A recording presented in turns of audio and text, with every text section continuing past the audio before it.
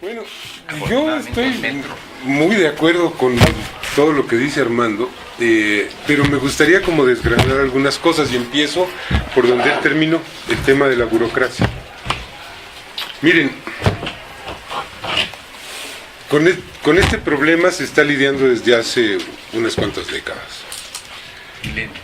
Milenios.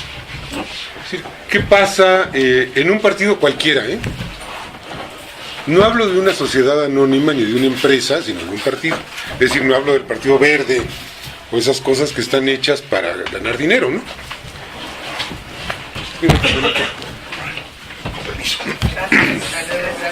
Gracias. Hablo de un partido comunista, hablo del PRD, hablo de un partido que tenga un proyecto político. Bueno, ocurre que hay muchas tareas que realizar, poca gente, mucho trabajo, y pues hay el trabajo de ir a hacer pintas, hay el trabajo de organizar comités o células, hay el trabajo de darse de madrazos si se trata de darse de madrazos, o de organizar campañas electorales si se trata de organizar campañas electorales, pero además hay la chamba de escribir el oficio para una autoridad o para una instancia a otra del partido, y hay la chamba de que hay que guardar las llaves y los sellos, ¿no?, para que el local esté en condiciones. ¿Y qué pasa ahí? Es inevitable que a la gente más creativa, a la gente más activa, a la gente más movida, le den pereza a esas tareas. Y nunca va a faltar el tipo más gris y más mediocre que diga: yo guardo el sello, no hay bronca, yo agarro las llaves, no se preocupen, ¿no? Yo escribo el oficio, sí, ustedes vayan y militen, ¿no? Yo voy a hacer la chamba de oficina. Y empieza a hacer la chamba de oficina, y resulta que esa chamba de oficina le va a dar un poder creciente que va a terminar siendo mayúsculo y monstruoso, ¿no? Si quieren, véanlo en forma de tragedia y vemos a Stalin. Si quieren, véanlo en forma de caricatura y vean a Chucho Ortega, ¿no? Pero esto siempre pasa. Entonces, la única vacuna que a mí se me ocurre ahí es no menospreciar las tareas administrativas, las tareas institucionales de la organización. Porque si las menospreciamos, si decimos, no, ese es trabajo para los pendejos, ¿no? Espérate, que los pendejos te van a poner la bota encima y se van a comer a tu organización, te la van a ganar, se van a apoderar de ella y la van a desvirtuar y van a terminar convirtiéndola en una organización al servicio de sus propios intereses de casta, de grupo, que son pues mantener el cubículo, tener el celular, tener la secretaria, tener el coche, tener pues, la diputación, la curula, ¿no? Tener la lana. Pues además el Estado le da lana a los partidos, pues, tengamos la lana, ¿no? No hay otra más que arremangarse y entrarle a esa chamba y no descuidarla y no pensar que hay aquí la gente que esto nos parece como menos capacitada para salir a organizar, para salir a dar la cara, para salir a pelear, puede con esa chamba, ¿no? Tenemos que involucrarnos. Y esto me lleva a un punto anterior que me estaba llamando la atención, que es que aquí cuando se habla de Morena se habla en tercera persona, como si Morena fuera una señora o un señor, ¿no? O López Obrador o la madre. Oigan, Morena somos nosotros. Tenemos que hablar en primera persona. Es decir, cuando decimos, ¿qué le pasa a Morena? No, a ver, ¿qué nos pasa? Porque afortunadamente no hemos llegado al punto al que ya llegó hace rato el PRD, que es el de la pérdida de representatividad de la base por parte de la cúpula. No, o sea, aquí todavía tenemos una dirigencia representativa. Por eso estamos en Morena, ¿no? Si no, ya nos habríamos ido. Bueno, hay mecanismos, hay canales, hay maneras. Tenemos que influir en nuestra propia organización. Morena es un territorio de lucha, es un terreno de lucha. No es el castillo de la pureza, no se puede construir el castillo de la pureza en un país en el que que está lastrado por 3 décadas de prédica neoliberal, que está acanallado, que está corrompido, que está volcado hacia el egoísmo, hacia la privatización de todo lo privatizable, etcétera. No se puede construir un coto ajeno a estas lacras, ¿no? No, pues estas lacras están entre nosotros, están en el gobierno, están en los otros partidos, están en la Iglesia Católica y en la evangélica y en la musulmana y en donde ustedes quieran. Y en los clubes de fútbol de primera división y llaneros. Estamos enfrentando un acanallamiento de la sociedad. Por eso Morena se llama Movimiento de Regeneración Nacional. Hay que regenerar este país, porque este país está muy destruido en términos éticos. Bueno, y tenemos que contar con que los vicios del país están presentes en Morena. Pues ni modo que no, ni modo que si no estamos en órbita, ¿no? No, estamos con los pies en México. Tenemos que estar atentos a eso. Morena es un territorio de lucha. Que se nos han metido las tribus perredistas, pues sí, todo el mundo lo sabe, ¿no? Están actuando entre nosotros.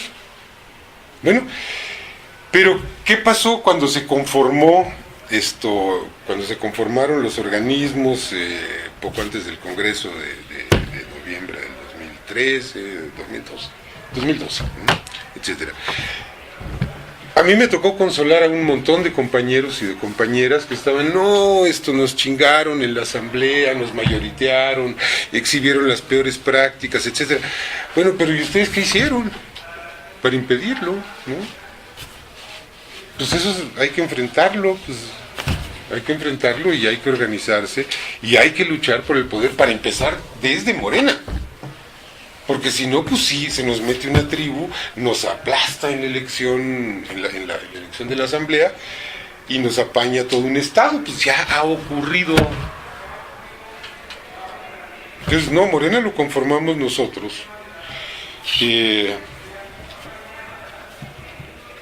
La dirigencia de Morena, si no nos representa, entonces estamos fritos. Entonces, de veras, hagámonos monjes del Hare Krishna, porque pues ya ni esto funcionó, ¿no? El hecho es que, mal o bien, consideramos que hay un equipo de gente ahí, y ahí sí hablo en tercera persona, porque tal vez sea innecesaria la aclaración, pero yo no soy parte de la dirigencia de Morena. Hay un equipo de gente ahí con el que, si no los adoramos, por lo menos podemos decir, bueno, esta es nuestra opción, frente a los chuchos, frente a los bejaranos, frente al PT, frente al PRI y al PAN. Esta es nuestra opción, bueno, estamos con estos. Pero tenemos que presionar a estos. Si no los presionamos, si no estamos jode y jode encima de ellos todo el día, estamos fritos. Y esto que estoy diciendo, que debe operar al interior de Morena, ¿para qué?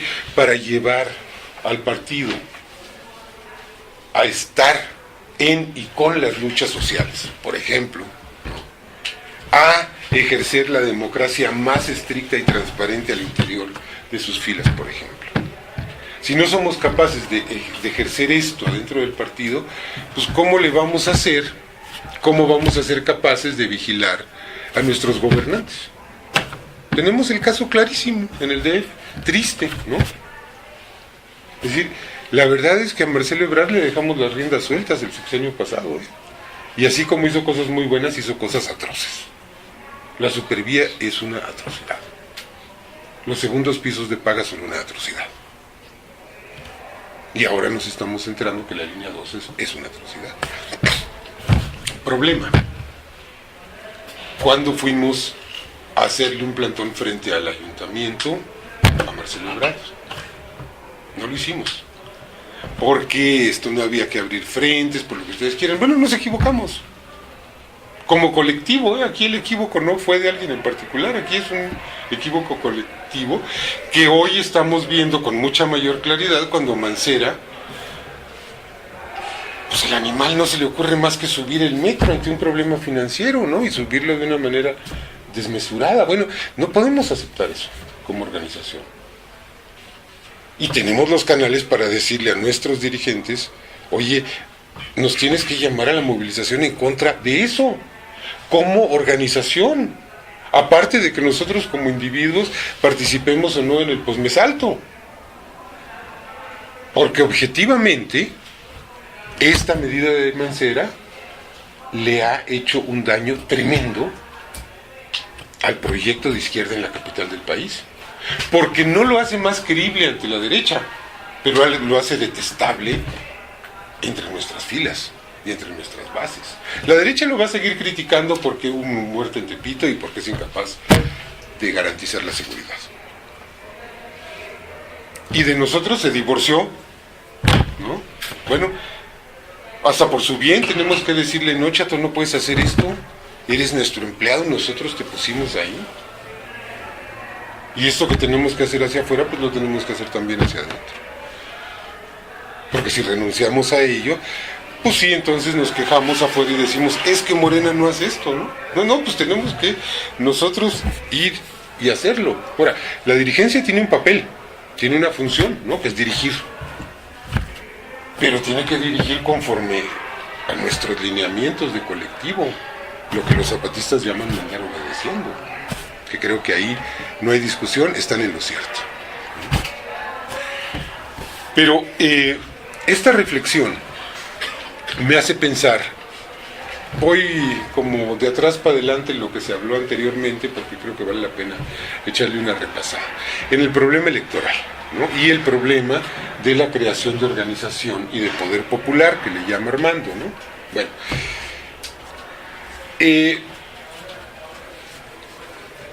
yo creo que son dos instrumentos, dos caminos de lucha que no se pueden divorciar, que no se pueden separar, que ni siquiera son contrapuestos. No podemos abandonar el terreno electoral pues porque es lo que quisieran los personeros del régimen oligárquico, pues ellos felices, ¿no? Les dejamos un modelo tripartito, PRI, PAN, PRD, que ya se pusieron de acuerdo los tres para aplicar la misma política económica. Eso es el Pacto por México. El Pacto por México es el pacto de la Moncloa, que firmaron los franquistas con los antifranquistas para decir, bueno, pero no se toca al rey y no se toca la política económica. Bueno, eso ya lo hicieron acá. Nosotros nos salimos del escenario electoral y les regalamos todo ese terreno a ese régimen con esa expresión tripartidista, ¿no? Y a lo mejor y sí le dan la presidencia a un candidato del PRD el sexenio entrante, ¿eh? Pues si se la dieron a un panista, ya firmaron, si no tienen bronca. ¿En qué están de acuerdo? En preservar el modelo económico aquí, en preservar la impunidad, que es muy importante, y en preservar la corrupción. No nos podemos salir de ese territorio. Pero desde luego ese territorio no es el único de la lucha.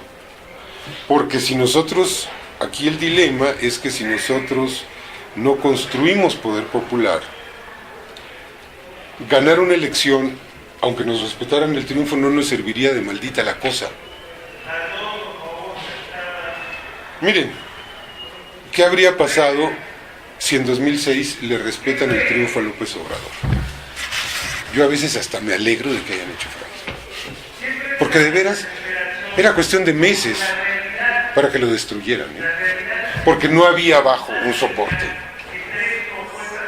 que fundamentara ese proyecto político. Perdón, pero no lo había. Había un plantón, había un corazón de este tamaño, generoso, latiendo en las calles y ya.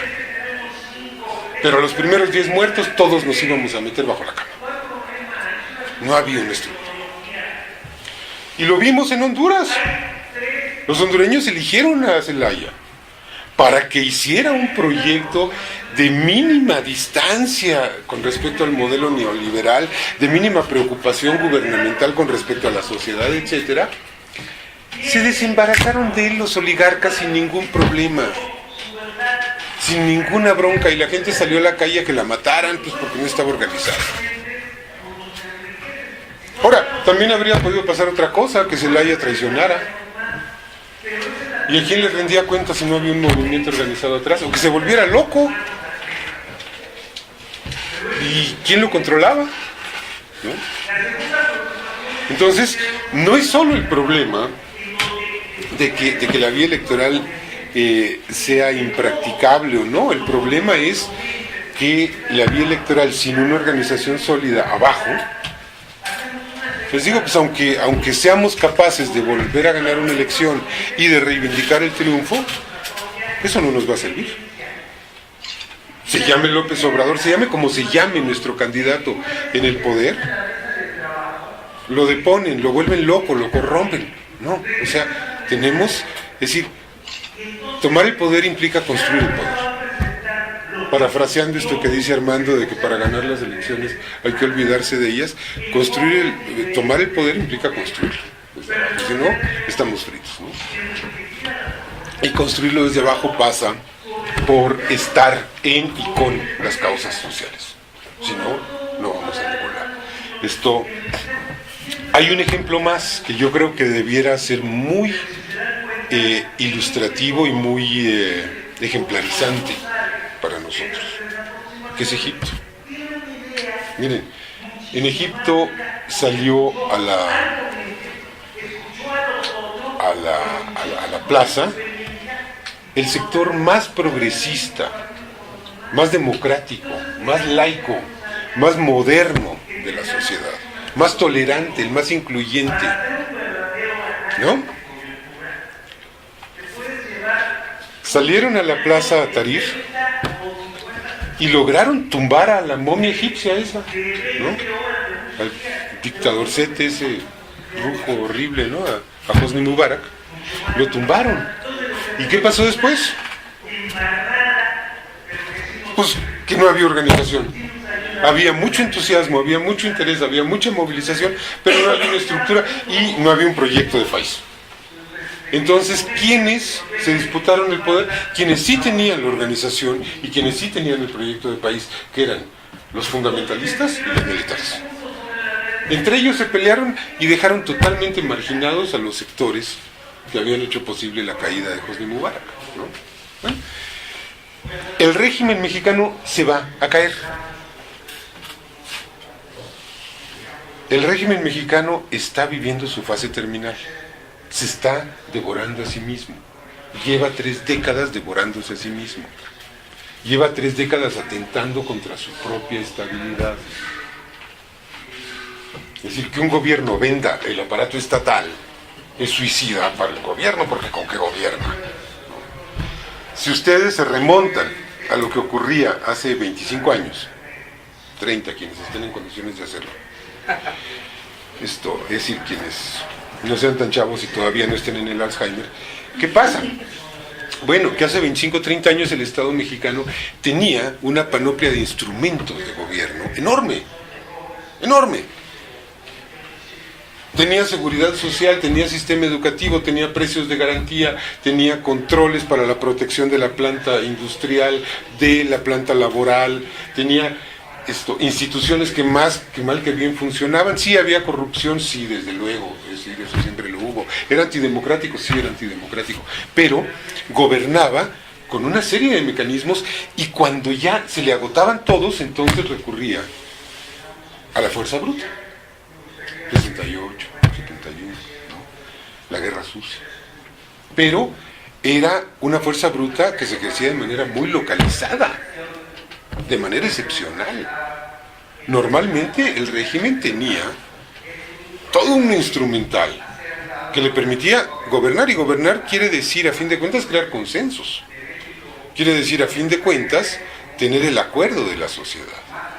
Una de las razones del fracaso del movimiento del 68, qué bueno que se fue Armando, porque no le gustaría oír esto, es que el movimiento del 68 no tenía el respaldo social mayoritario, nos guste o no.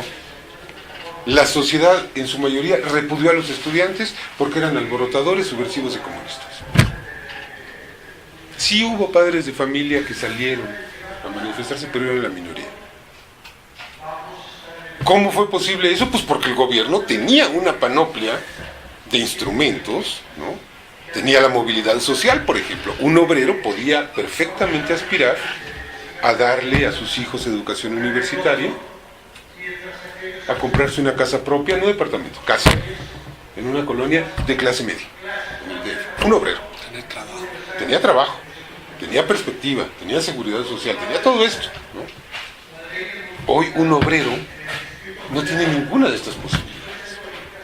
Así han destruido el sistema de gobernabilidad, ¿no? Tenga que ver o no, el hecho es que Yo Soy 132 en 2012 sí tuvo el respaldo mayoritario de la sociedad. Si fracasó o no fracasó es otro tema, pero lo tuvo. La gente simpatizó con Yo Soy 132. Entonces, por el hecho simple de que el régimen se haya dedicado a destruir su aparato de gobernabilidad, a comérselo, a robárselo, a venderlo, etcétera, pues ese régimen se va a caer. Ese régimen se va a caer porque ahorita tiene 3 instrumentos principales de gobierno, que son los medios, el dinero y la fuerza. De todo lo que tenía ya solo le quedaron esos 3, ¿eh? Puede corromper hasta cierto límite, porque ahora el problema es que ya la corrupción es tan estructural que se clavan el dinero que había que repartir antes de que llegue, entonces ya no alcanzan a corromper a los ciudadanos, ¿no? Porque los funcionarios medios pues, se lo embolsan, y como esas son operaciones clandestinas en las que no se pueden manejar recibos, ¿no? Los chayotes, ¿cómo funcionan los chayotes? El director de comunicación social recibe una partida en un maletín, 10 millones de pesos para que te manejes este trimestre o este mes, dependiendo, ¿no?, de la importancia, y entrega en efectivo, y perfectamente puede decir, pues yo le entregué 500,000 pesos a Pedro Miguel, articulista de La Jornada, ¿no? Yo me he enterado, ¿no?, porque se los quedó. Ya pasó, pues, no me acuerdo si fue en Madrazo, Roberto Madrazo, cuando era gobernador de Tabasco. De pronto aparecieron ahí unas nóminas que Adolfo Gil le habían pagado chayote, ¿no? Que uno dice, a ver, espérate, es que es absolutamente inverosímil. No solo porque Adolfo es una persona totalmente honorable, sino porque recibir 500,000 pesos de golpe no se puede ocultar. Se habría comprado un Nissan, ¿no? No hay manera. En ese tiempo se habría comprado un departamento chido. O sea, uno dice, a ver, y entonces, ¿cómo es que está Adolfo? Y había mucha gente honorable en esa lista. ¿Cómo es que están Adolfo y todos estos otros en esta lista? Pues porque el de comunicación social dijo que le había dado el dinero y no se lo dio, se lo embolsó. Bueno. Entonces, les digo, los mecanismos de control se van degradando, se van devorando a sí mismos.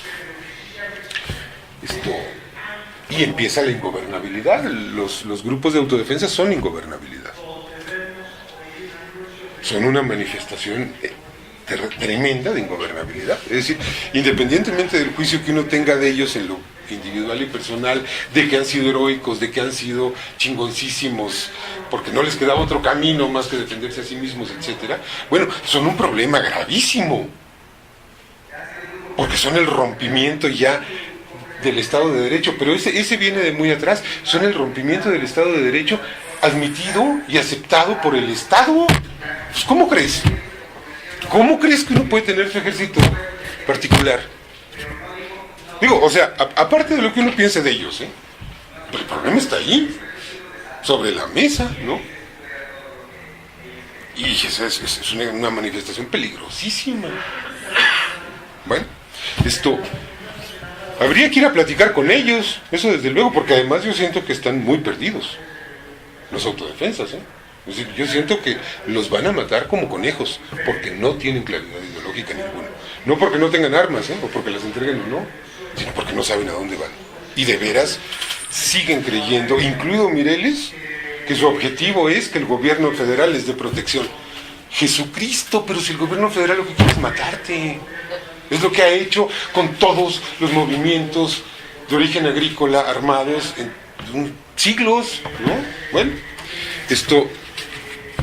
para no desviarme tanto, entonces, estábamos en el tema de que este régimen está en una descomposición. Fase terminal, empleó la expresión Andrés Manuel en un mitin de fines de 2012, y yo la comparto, creo que es muy cierta. Parece que los regímenes son eternos. En nuestra perspectiva individual es muy difícil imaginar que algo se va a acabar. Y miren, era difícil imaginar algo más eterno que la Unión Soviética. O sea, era inimaginable que eso se fuera a derretir como un helado en el asfalto en un día soleado, ¿no? Y se derritió en días, ¿no? El porfiriato, ¿no? Imagínense ustedes la idea de tiempo que tenían las personas honestas, conscientes, democráticas, que testimoniaron la represión en Cananea y en Río Blanco. Decían, estamos metidos en el calcetín de la eternidad y de aquí no salimos jamás, ¿no? Y es muy fácil tener esa percepción hoy en día, ¿no? Cuando parece que caminamos hacia atrás y parece que hemos sufrido una gran regresión y un gran retroceso. No es cierto, ¿eh? Dicen, es que regresó el PRI. No, el PRI nunca se fue. El PRI es todo. El PRI es algo que abarca al mismo PRI, al PAN y al PRD. No, es el mismo régimen. Ni salió cuando entró Fox, ni regresó cuando entró Peña Nieto. No hay tal. Es la misma cosa. Pero es muy fácil que esto nos dé una desesperanza, una idea de tiempo eterna, ¿no? Y que digamos, no, pues es que esto no vamos a saber nunca, no lo vamos a ver, ¿no? Mientras tengamos vida. Lo cual, dicho entre paréntesis, a mí me parece que es intrascendente y frívolo si lo vamos a ver o no. Pues no estamos para verlo, para no verlo, es decir, estamos pues porque creemos en un proyecto. Y les diría una cosa, es decir, Andrés Manuel usa muchísimo la palabra esperanza. Yo les diría, olvídense de la esperanza, tírenla a la basura porque no nos sirve. Hay un concepto que es mucho más útil en estas circunstancias, que es el deber. Estamos en esto, el deber. Pues porque es lo que tenemos que hacer, porque es lo correcto. Funcione mañana, funcione en 2017, funcione en 2096, no es nuestro problema. Los Flores Magón no estaban pensando si iban a vivir para ver el fin del porfiriato o no. Muy probablemente ellos también tenían esta sensación del tiempo eterno, ¿no? Imagínense ustedes los generales que defendieron Puebla de las tropas francesas. Fue terrible, ¿eh? Salieron encuerados. Salieron famélicos, salieron hechos unos esqueletos de ese cerco. Y el ejército francés les dijo, oigan, a ver, los dejamos libres, pero firmen aquí que no se van a levantar en armas contra el ejército de Francia. Y de los 17 generales que estaban ahí, ni uno firmó, ni uno. ¿Qué esperanza podían tener esos infelices? Ninguna, o sea, se estaban enfrentando al poder máximo militar del mundo, con harapos. Ahí no había esperanza. Ahí simplemente decían, bueno, estoy haciendo lo que tengo que hacer y se acabó. La esperanza hay que tener en los momentos de auge. Ahorita estamos en un momento de reflujo. Estamos en un momento en que todo el mundo lo que quiere es ver cómo enfrenta su vidita, porque... ¿no? Pero la historia es pendular, y ahorita el péndulo está en la extrema derecha, pues ya se va a ir recorriendo, ¿no? ¿Cuándo? Pues quién sabe. ¿Cuándo se cae el régimen? Pues eso no lo sabe el régimen, no lo sabemos nosotros, no lo sabe nadie. Ese es el gran misterio. ¿Cuándo? ¿En qué momento preciso ocurre algo? ¿Quién se iba a imaginar que el Yo Soy 132 iba a surgir un 11 de mayo en la Ibero? O un 10 de mayo en el Zócalo, porque yo creo que realmente la chispa que encendió eso fue cuando en el concierto de McCartney unos priistas movieron un trapo de propaganda de Peña Nieto. Pues eso fue una provocación. ¿Cuándo ocurre esa chispa que es la enésima insolencia del poder, el enésimo agravio que enciende la pradera? Pues no lo podemos saber, eso es magia. Así que ni nos preocupemos por eso. El tema es qué tan preparados vamos a estar cuando eso ocurra. Eso va a ocurrir. ¿Qué tan preparados vamos a estar para que cuando eso ocurra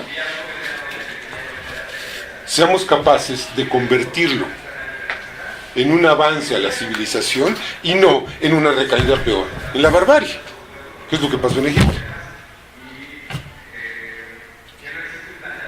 Y el que ocurra una cosa u otra depende en gran medida de nosotros, y no solo de Morena, en efecto, sino del conjunto de organizaciones políticas, sindicales, agrarias, estudiantiles, sociales, movimientos, etcétera, que operan en este lado de la política.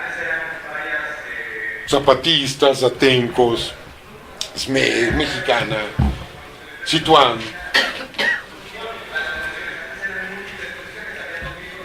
Porque cuando llegue el momento en que el régimen colapse,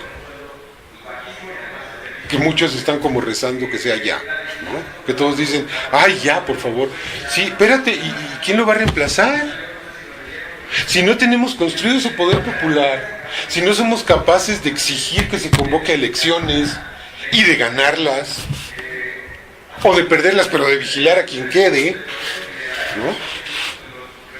Imagínense, pues el general va a ocupar la presidencia, no hay de otra, ¿eh? Y lo más triste es que va a ocupar la presidencia ni siquiera para defender los intereses de los militares, sino para defender los intereses de Banamex Citigroup.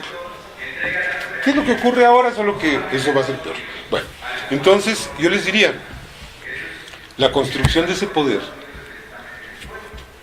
es nuestra tarea. El empoderamiento de la sociedad es nuestra tarea. Hemos vivido muchos años en los que el país se ha llenado de poderes fácticos. Y ahí sí no tenemos otro camino que el de hacer un poder fáctico más. Un poder fáctico al servicio de la sociedad. Fíjense que duro, pero hay que hacerlo. Y ese poder fáctico además tiene que ser multipropósito. Sí, a mí me da un poco de risa la discusión de si lo que procede es persistir por la vía electoral o ir a un paro nacional. Mira, ese no es el problema. Si eres capaz de organizar un paro nacional, eres capaz de ganar una elección y de defender el triunfo, ¿eh? Ahí no está la bronca. O sea, para parar a este país se requiere un músculo organizativo tal que nos permitiría ganar una elección hasta por mayoría absoluta. ¿Por qué lo electoral por encima del insurreccional pacífico, por llamarle de alguna manera?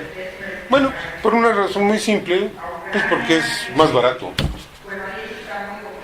Porque es más fácil convencer al vecino de que se levante temprano un pinche domingo y vaya a votar y cuide el voto, que convencerlo de que no vaya a trabajar, de que organice barricadas, de que vaya y tome la caseta México-Pachuca. No, pues eso es más difícil. Eso es mucho más complicado.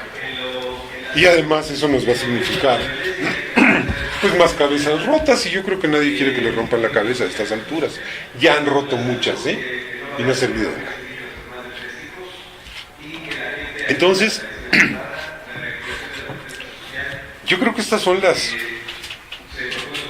no sé, como yo veo que hay que trabajar al interior de Morena, les digo, pensando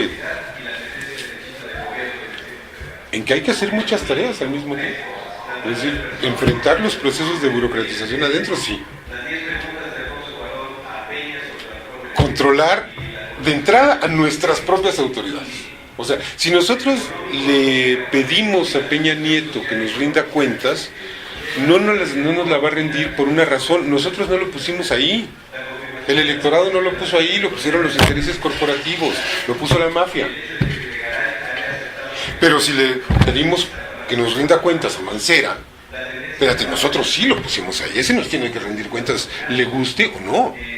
Graco, ¿no? O sea, a mí me parece que es fundamental que Morena Morelos, ¿no?, se movilice para decirle a Graco, oye, güey, tú dijiste que en 18 meses acababas con el problema de la inseguridad y está peor que nunca. Te gastaste 40 millones de pesos en una fumigación de cucarachas en tu oficina. No se fumigó él. No, yo creo que más bien era comidita para las cucarachas, ¿no? O sea, pues como que 40 millones de pesos. Llamas a un centro de fumigaciones en Cuernavaca, preguntas cuánto cuesta fumigar tantos metros cuadrados. Sí, 4,000 pesos, señor. Bueno, es decir, estas son tareas necesarias, pero también tenemos que tener una visión de construir ese poder social para tener un protagonismo, no digo la hegemonía, digo un protagonismo civilizatorio, si esto se cae antes de que nosotros lo tiremos. A lo mejor lo tiramos antes, y a lo mejor lo tiramos, ojalá, sería lo óptimo, ¿no? Diciéndole a Peña Nieto en el 2018, bueno, ya, váyanse de aquí, ¿no? Y vamos a airear esta madre de los pinos, y a ver, éntrenle, ¿no? Ojalá fuera así. Si no es así, si el régimen se cae, pues yo creo que es fundamental que tengamos la preparación para desempeñar un papel civilizatorio. Y termino con esto. Lo civilizatorio suena muy mamón, pero es importante. Miren, es que yo tengo la impresión, el otro día estaba pensando esto, Andrés Manuel siempre dice que el problema de la delincuencia se resuelve creando empleos, combatiendo la miseria, la marginación, las carencias educativas y de salud, ¿no? Y durante mucho tiempo yo he estado de acuerdo con él. Y de pronto me brinca una liebre, hace unos días, y dije, no, Andrés Manuel no tiene razón. Porque, a ver, aquí hay un problema. Houston, tenemos un problema. En Brasil, en Argentina y en Venezuela, que son países que han cambiado el modelo económico, la delincuencia está peor que nunca. O sea, sí, el neoliberalismo desencadenó este brote de barbarie, pero no basta con cambiar el modelo neoliberal para que se acabe el brote de barbarie. ¿Qué quiere decir esto? Estamos en una crisis de civilización. Han sido muchos años de prédica destructiva de los principios éticos de la sociedad, que son los principios gregarios necesariamente, los principios solidarios. Y han sido muchos años de prédica de rentabilidad, productividad, competitividad. Esa es la ética hoy en día. Es una etiqueta. Y esto pues ha producido una ruina. El fin justifica los medios. Haz negocio a costa de lo que sea. Bueno, tenemos los modelos más exitosos de negocio, que son el secuestro, la trata de personas y el narcotráfico. Esos son los empresarios exitosos. El subsecretario de Agricultura de Calderón hasta lo dijo, les tenemos que aprender a los narcos. ¿Cuánta admiración genera el Chapo Guzmán entre la clase empresarial? Pues, si es el güey que se quita de líos y dice, esto es lo que hay que hacer para tener productividad, rentabilidad y competitividad. Pues, ¿cómo no? Esa es la culminación del neoliberalismo, la delincuencia. Entonces, estamos enfrentando, les digo, no solo una destrucción de los salarios, de los derechos, de los sistemas de salud y de educación, de la democracia, no, estamos enfrentando una destrucción de los principios éticos en los que debiera funcionar la sociedad. Y miren, la verdad es que lo vemos a cada paso que damos. Es decir, hay un agandallamiento general. Cuando venía acá, di vueltas y vueltas buscando dónde estacionarme en la colonia de aquí atrás, ¿no? Bueno, resulta que en esa colonia hay una tasa de discapacitados más alta que en los hospitales de veteranos de Irak. Porque cada 3 casas hay un letrero que dice, no te estaciones aquí, pero no en la entrada, en donde uno podría estacionarse. Aquí no te estaciones porque soy discapacitado, ¿no? ¿Quién vendió letreros de esos de discapacitados ahí? Es decir, estamos viviendo en un país en el que cada quien lleva un pequeño Salinas de Gortari adentro, ¿eh? De veras, y cada quien, si puede privatizar 1 metro de espacio público, lo privatiza. Y avienta la pared 1 metrito más allá, aunque el peatón se chingue, ¿no? Bueno, esa es la tarea. Entonces les digo, armémonos de paciencia, porque es indispensable construir el poder desde abajo, es indispensable tomar el poder institucional, pero no basta con eso, no va a bastar con eso. Tendremos que abocarnos a una tarea de reconstrucción ética del país. Y además tendremos que hacerlo de manera concertada, coordinada, estructurada, con movimientos del mundo, porque el problema es mundial. Tendremos que ir a una nueva independencia porque somos una neocolonia. Es decir, tenemos la evidencia, las pruebas de que a Calderón no lo pusieron los electores, no lo puso Televisa, no lo puso Banamex y Roberto Hernández y el Consejo Coordinador Empresarial. Lo puso la embajada gringa en el cargo. Tenemos la prueba documental. Tenemos que ir a una nueva independencia. Hay paradojas, ¿eh? Hay paradojas y hay cosas muy raras. Por ejemplo, este estatuto de neocolonia que estamos padeciendo le daría a un presidente de México honesto, patriota, un margen de acción enorme. Porque fíjense cómo son las cosas. Un presidente de México interesado en el bien del país, por ejemplo, podría decretar la despenalización inmediata de todas las drogas. Y Estados Unidos no le podría hacer nada. No nos puede invadir porque ya nos invadió. No puede cerrar la frontera pues porque se chingan ellos. México ante Estados Unidos, si tuviéramos el control de las instituciones, tendría un poder enorme sobre Estados Unidos, en su estatuto de colonia. Los obligaríamos a despenalizar todas las drogas a ellos y acabar con esa inmundicia hipócrita que es el combate a las drogas. Por ejemplo, por decir un ejemplo, los obligaríamos a un acuerdo migratorio, no a una reforma unilateral de sus leyes, no, a un acuerdo bilateral que los comprometan no ante sus leyes, sino ante. Es decir, es muy importante lo que podemos hacer ante el mundo, no ante México. Pero esa es la perspectiva de nuestra chamba. Ahí lo dejo y si quieren... ¿Alguien quiere participar? ¿Puedo que me Claro. Juventud acumulada. ¿Alguien más para anotarlo? David. ¿Va con compañera comienza? Respecto a lo que comentabas, Pedro Miguel, de la situación en Venezuela y en algunos países latinoamericanos, yo me había hecho la misma pregunta.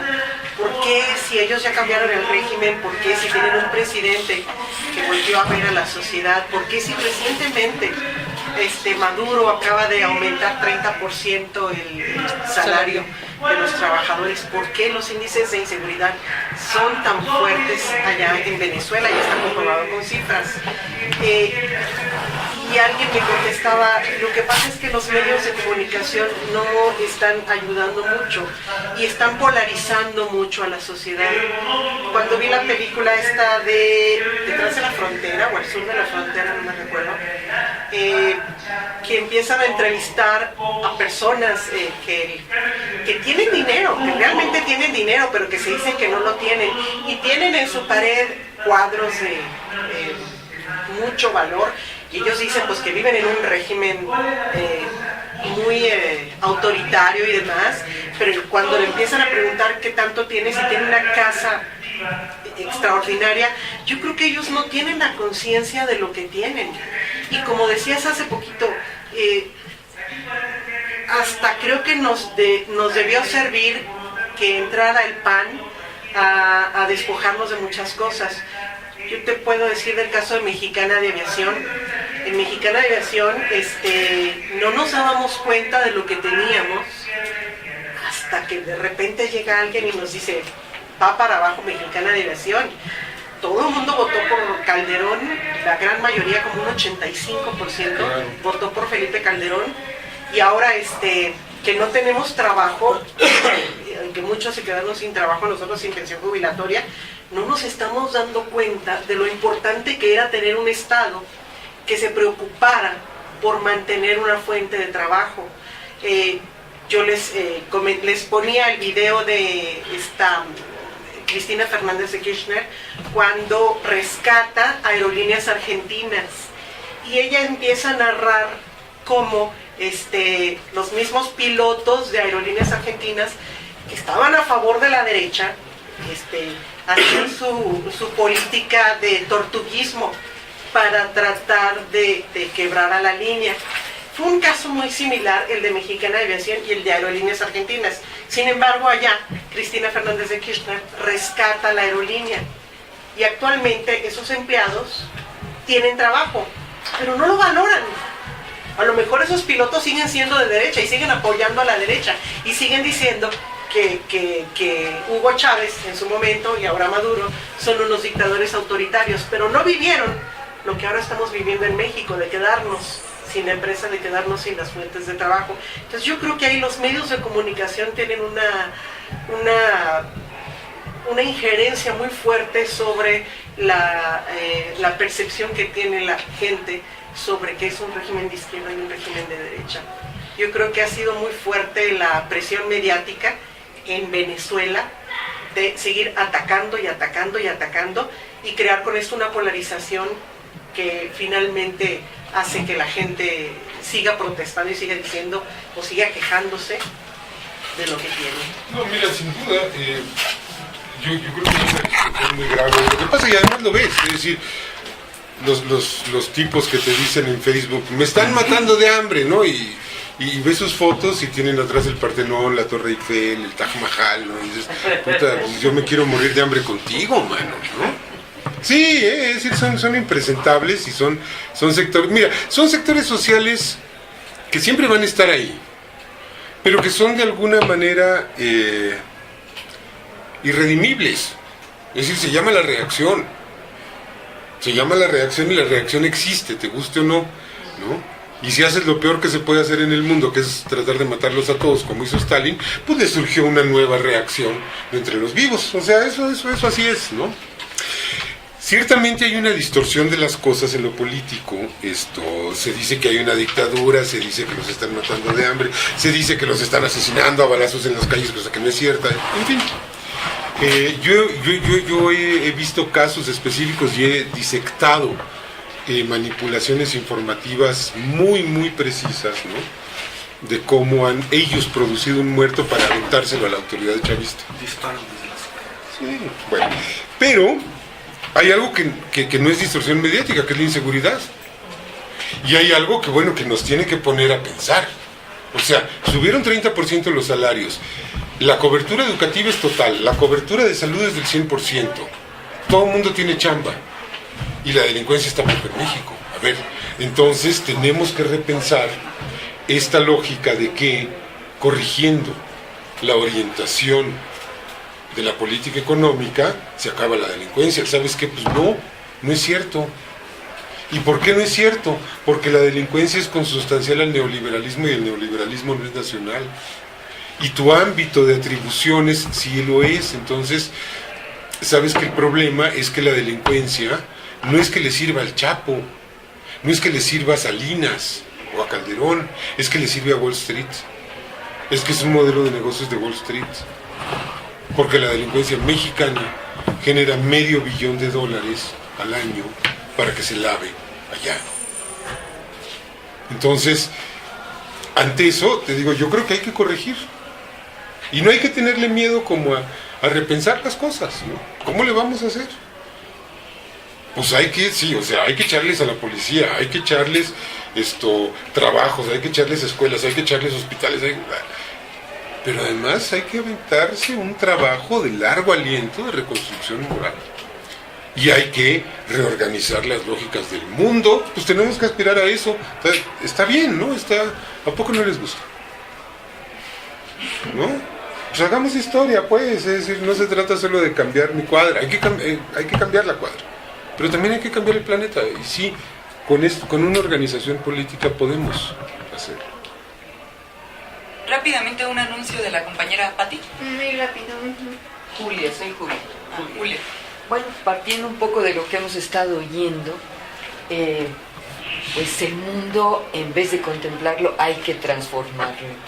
Y el arte aparentemente no tiene nada que ver con esto, pero sí tiene que ver. El teatro es un vehículo excelente para que la gente que participa haga conciencia de muchas cosas. De hecho, en teatro existe un término que se llama catarsis, que es como una purga, donde tú te estás identificando con lo que tú estás viendo. Bien, pues yo lo que propongo, precisamente porque yo creo que sí es importante actuar. Actuar, lo hemos estado hablando, lo estuvo diciendo Bartra, en fin, tú también, y yo creo que si nosotros, y nos falta mucho en ese sentido, hay muy pocos jóvenes, debería de haber aquí más jóvenes, pero yo creo que a partir de lo que es el teatro, probablemente a algunos de ustedes no les interese, pero a lo mejor conocen a alguien que sí les interesa y que sí les interesa. Y a través del teatro podemos hablar de una gran cantidad de temas. De hecho, en Grecia, el teatro isabelino, allí se discutía todo lo que estaba pasando en la sociedad, en el momento en que estaba pasando. Bueno, pues yo creo que podemos hacer teatro, y eso es lo que yo estoy proponiendo para Morena, específicamente para la delegación Benito Juárez, hacer teatro colectivo. Es decir, de una manera horizontal. Yo sé de teatro, yo estudié teatro, yo fui muchos años actriz profesional universitaria y a mí me encantaría contribuir con hacer teatro, un teatro trashumante que vaya yendo por toda la delegación y después si se puede ir a otros lugares, pues también se va a otras delegaciones, pero lo importante es actuar, movilizarse y el teatro es un muy buen pretexto. Entonces yo les voy a dejar mis datos con Tania. Subida a la página de sí. Y si ustedes saben de gente que se interese, ¿sí? Porque miren, el teatro puede tocar temas como el boicot, creo que se habló del boicot, como las tarjetas de crédito. O sea, el teatro puede tocar una gran cantidad de cosas que nos han vendido. Y la televisión nos las ha vendido y se las ha vendido a todo el mundo y la gente la ha comprado muy bien. Entonces, podemos tocar cosas que son muy sensibles para toda la gente, divertirnos además, porque el teatro es un juego, el arte en realidad es un juego. Entonces, pues yo los invito. Yo les voy a dejar mis datos a Tania y sí me gustaría... yo inicialmente... Paco Ignacio Taibo me había invitado para que yo diera un taller de narrativa, porque también escribo novela negra, un taller de narrativa, me había hablado del grupo de Portales, yo no sé si aquí está el grupo de Portales, pero Paco Ignacio me había hablado de eso. Inicialmente había yo pensado dar un taller de narrativa, pero mi formación en realidad es teatro, y me parece que eso es más cercano a la gente. Y bueno, pues están invitados. Gracias. Muchas gracias. Con permiso. Gracias. Hasta luego. Compañeros, sigue a la lista, está David y Paco. Les pedimos sean breves, ya llevamos un rato en este encuentro, entonces para que por favor el compañero pueda contestarnos. Sí, yo creo que todos estamos de acuerdo que hay que construir poder popular. Nada más que yo creo que hay diferentes concepciones de cómo hacerlo, ¿no? Hay una concepción que a mí me parece como abstracta, ¿no? Como retirada de los movimientos reales que se están dando. Y creo que en eso ha caído Morena. No quiere decir que Morena llegue y le tenga que decir a las guardias comunitarias, mira, tú tienes que hacer esto y lo otro, ¿no? Sino marchar con ellos, con la gente. Y ese proceso de hermanamiento se va dando de manera natural, sin imposiciones, ¿no? Y a lo mejor hay compañeros que cuando vean que Morena está con ellos, no solamente en el discurso, sino marchando como contingente, apoyándolos en su plantón, van a decir, ah, mira, Morena, sí es una organización que me representa y por lo tanto me voy a afiliar sin que nosotros se los digamos. Creo que eso le ha hecho falta, ¿no? Incluso con las policías comunitarias. Yo sé que es un tema delicado porque yo no creo que debamos decir que hay que tomar las armas abiertamente, ¿no? Ni, bueno, no estamos en ese momento. Ellos están en ese momento porque no tienen de otra. Pero sí, por ejemplo, cuando se levantaron los zapatistas, ¿a poco no salieron cientos de miles a evitar que los masacraran? Y yo creo que Morena podría reivindicar algo así. Vamos a salir para que se les cumplan las demandas a los policías comunitarios y a las guardias comunitarias. Y no nos debe espantar que no tengan programa. Pues cuando estalló la Revolución Mexicana, ni Villa tenía programa. O sea, ¿quién se levanta con un programa acabado? Ustedes se levantaron por desesperación. Y creo que en Morena, y me incluyo porque yo soy parte de Morena, nos ha hecho falta apoyarlos para que su movimiento pueda ir avanzando. Y creo que en eso, finalmente con el tema de Venezuela, que es un referente fundamental, en mi opinión, lo que le ha hecho falta al proceso revolucionario en Venezuela es terminar. O sea, ¿Por qué los medios de comunicación los siguen atacando? Porque no han terminado de expropiarlos. Entonces, creo que les hace falta eso, ¿no? Y también aprender de la historia, porque no hace falta expropiar a la burguesía y después se te puede venir un pinche estalinismo, como incluso en Cuba, que con todos los avances hay una burocracia que es inocultable, en la Revolución Bolivariana también, pero es un paso que sin duda sería un paso adelante importante, y a partir de ahí la construcción del hombre nuevo, como decía el Che, la cuestión moral que señala el compañero Pedro Miguel, que ya tendría bases más firmes, ¿no? Bueno, esa es mi opinión muy particular. Paco, ¿tú quieres decir? Sí, más o menos igual, en el mismo sentido que David. Creo que es muy importante, ¿no?, cuando hablamos, por ejemplo, de la regeneración de la sociedad, pero creo que hay de por medio una cuestión filosófica cuando hablamos de la regeneración de la sociedad, porque hablamos, por ejemplo, de los valores. Yo me acuerdo inclusive que en 2006 Andrés Manuel, más que hablar de valores, hablaba de principios, y un compañero, un amigo alguna vez decía, pues sí, pues es que los valores también pues se devalúan, ¿no? Es un término casi extraído del mercado hacia la jerga moral, ¿no? También yo alguna vez trabajé en una escuela de monjas, ¿no? Yo, pues de incógnito, ¿no? Sin hablar de mis inclinaciones políticas, ¿no? Porque me hubieran significado el inmediato despido, ¿no? Pero también, ante los temas de la sociedad, hablaban de la pérdida de valores, ¿no? Es decir, nuestro discurso en los términos de la moral, cuando hablamos de valores, no se diferencia del de la derecha, no decimos, pues todo ha sido un problema de valores, y entonces hay que regresar a los valores, y cabría preguntarnos también de qué valores hablamos, ¿no? Digo que esto es un problema filosófico porque, pues, depende cómo entendamos la constitución misma de la realidad, ¿no? Si antecede el pensamiento o la voluntad a los hechos, o si por el contrario el pensamiento es un reflejo del contexto material en el que nos encontramos, ¿no? Y en ese mismo sentido decía que estoy de acuerdo con David, porque creo que en ese mismo sentido es donde vemos que hay todavía una crisis, ¿no? En países como Venezuela, Brasil, ¿no? Donde la transformación del contexto social, del contexto material, ha sido parcial, ¿no? Y no ha sido radical. Es decir, cuando se venga abajo este régimen, ¿sobre qué base vamos a regenerar la sociedad? ¿Sobre qué base material? ¿Sobre las mismas relaciones capitalistas en las que estamos viviendo? ¿O no es acaso que necesitamos otra base material, otras relaciones distintas en el sentido económico para poder regenerar esta sociedad? Compañero. ¿Podría contestar rápido? Es que si no se me va a hacer como muy larga la lista. Ok. Muy rápido, ¿no? Mira, así como de atrás para adelante. Mira,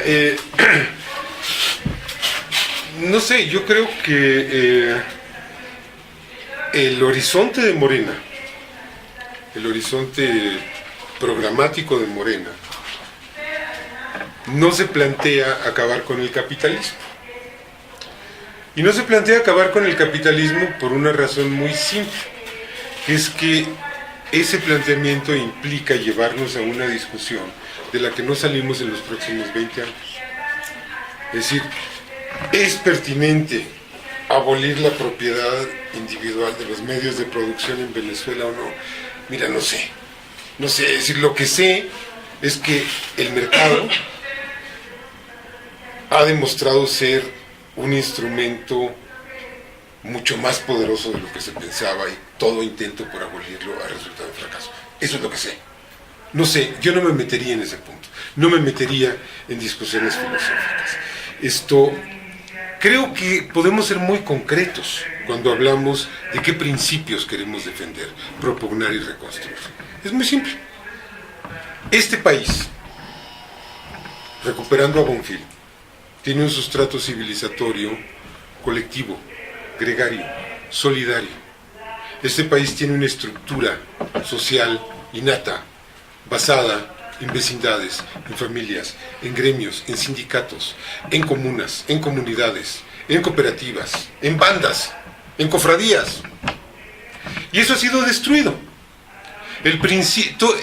Toda esta estructura, todo este tejido social, es expresión de unos principios éticos.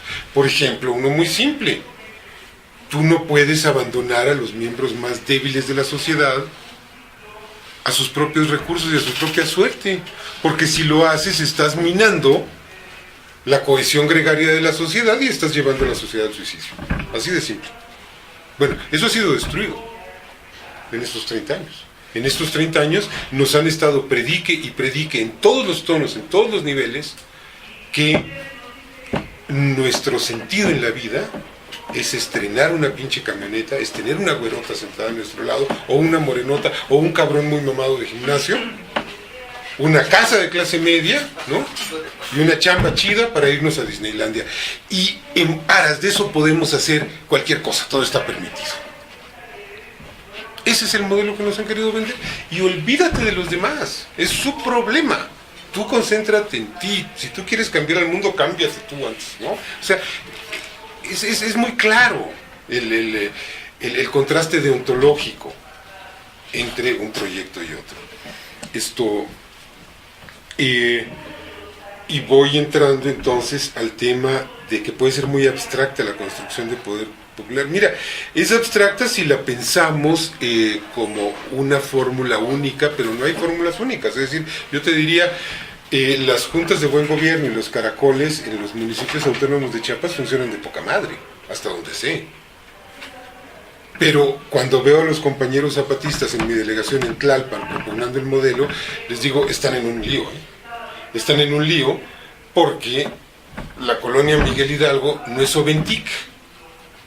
En Oventic, tú agarras una muestra de 50 vecinos y de esos 50, 45 están en la agricultura, 3 en el comercio y 2 en los servicios. Tú agarras en la Miguel Hidalgo una muestra de 50 vecinos, uno es narcomenudista, otro es contador, otro es dentista, otro es periodista. ¿Qué haces con eso? Es decir, ¿cómo los cohesionas? ¿Qué intereses comunes topológicos pueden tener que no sea que les tapen el bache? ¿No? Es decir, ahí el modelo del municipio autónomo está en problemas. ¿Qué puedes hacer ahí? Pues fíjate que hay un pleito contra la supervía, fíjate que hay un pleito contra la construcción de la gasolinera, fíjate que hay el pleito del alza del metro, fíjate que hay el pleito contra la corrupción en la delegación. O sea, estás en otras lógicas, pero desde luego pensar en un poder popular único y modélico pues no nos lleva a nada. Es decir, son muchas expresiones coyunturales, locales, momentáneas, no tanto de mediano plazo, etc., ¿no? Y termino con lo que empezamos, que es el tema de las autodefensas. Mira, ¿qué hacemos con las autodefensas? O sea, los guardias comunitarios son otro lío, ¿eh? Yo ahí digo, bueno, son una expresión legal. No tienen ningún conflicto ni ninguna colisión con la legalidad. Las autodefensas sí. Y no solo, sino que además hay en esos grupos una confusión tremenda. Es decir, desde acá, tú no sabes cuál es autodefensa legítimo, como dicen ahora, y cuál es narco, cuál es templario disfrazado. Ahí hay una bronca. Pero hay una bronca más de fondo, que es que si somos una organización que ha apostado por la legalidad, bueno, a mí no me gusta, pero el 80% de la militancia de Morena votó porque fuéramos partido. Yo voté en contra, pero el 80% nos planchó. Esa fue la decisión de la mayoría. Me pliego, pues porque soy demócrata. Pero sí les digo, bueno, una organización legal está en problemas a la hora de apoyar a una organización que básica e intrínsecamente es ilegal, aunque el comisionado Alfredo Castillo no lo sepa y firme documentos con ellos. Pues peor para él, pero esa organización es ilegal. Porque ninguna organización armada puede deliberar, dice la Constitución política, por no hablar de la Ley Federal de Armas de Fuego. Y a diferencia de los zapatistas que están protegidos en el paréntesis legal de la Ley de Concordia y Pacificación, las autodefensas michoacanas no tienen ningún resquicio legal al cual acogerse. Yo lo que creo es que los van a masacrar como conejos si no somos capaces de esto que decíamos hace rato. Tú lo dijiste, ¿no? La sociedad se movilizó por los zapatistas en 94 y 95 y le dijo al gobierno federal, fuera Salinas o Zedillo, no los vas a matar, A lo mejor tenemos que ir a hacer cinturones de interposición, para que no los maten. Tendríamos que ir y preguntarles y platicar con ellos, pero yo creo que esa también es una chamba de Morena Michoacán. No puede ser una chamba de la Dirección Nacional. Porque luego también nos quejamos, ¿no? Es que Andrés Manuel no da línea y no dice nada, ¿no? Y cuando la da, es que pinche Andrés Manuel es autoritario, ¿no? No, es que hay instancias, es decir, Morena Michoacán tendría que estar haciendo algo ahí. Y tendríamos que pedirle a los compañeros de Morena Michoacán, oigan, ¿ya hablaron con esta gente? ¿Cómo les podemos ayudar? ¿Cómo podemos propugnar ahí nuestro proyectito civilizatorio? Bueno, las civilizaciones que no maten a la gente. Pues vamos a procurar eso. A lo mejor les digo, hay que quiere hacer cinturones, ¿no? Para interponernos entre los compañeros estos y la tropa, ¿no? Y decir, no, espérate, si lo matas a él me tienes que matar a mí. Pero no creo que se pueda hacer más, ni creo que se deba hacer más. Porque pues ahí hay un hervidero de intereses legítimos y ilegítimos, de confusiones, de utopías, pues lo que quieren es que los proteja el gobierno federal. O sea, digo, oye, pero si el gobierno federal está hecho para desprotegerte, no para protegerte, ¿cómo crees? Compañera. A ver, no sé, tal vez voy a decir alguna tontería del tamaño del mundo, pero yo soy de la acumulada, de 1937. Sí, obviamente a mí me ha tocado vivir prácticamente lo que se ha dicho aquí, ¿no? Ya sea en la infancia, ya sea en la juventud, ya sea ahorita pegándole casi a los 60 y con todos los años otorgados que tengo encima. Pero me llama la atención lo que está diciendo en relación a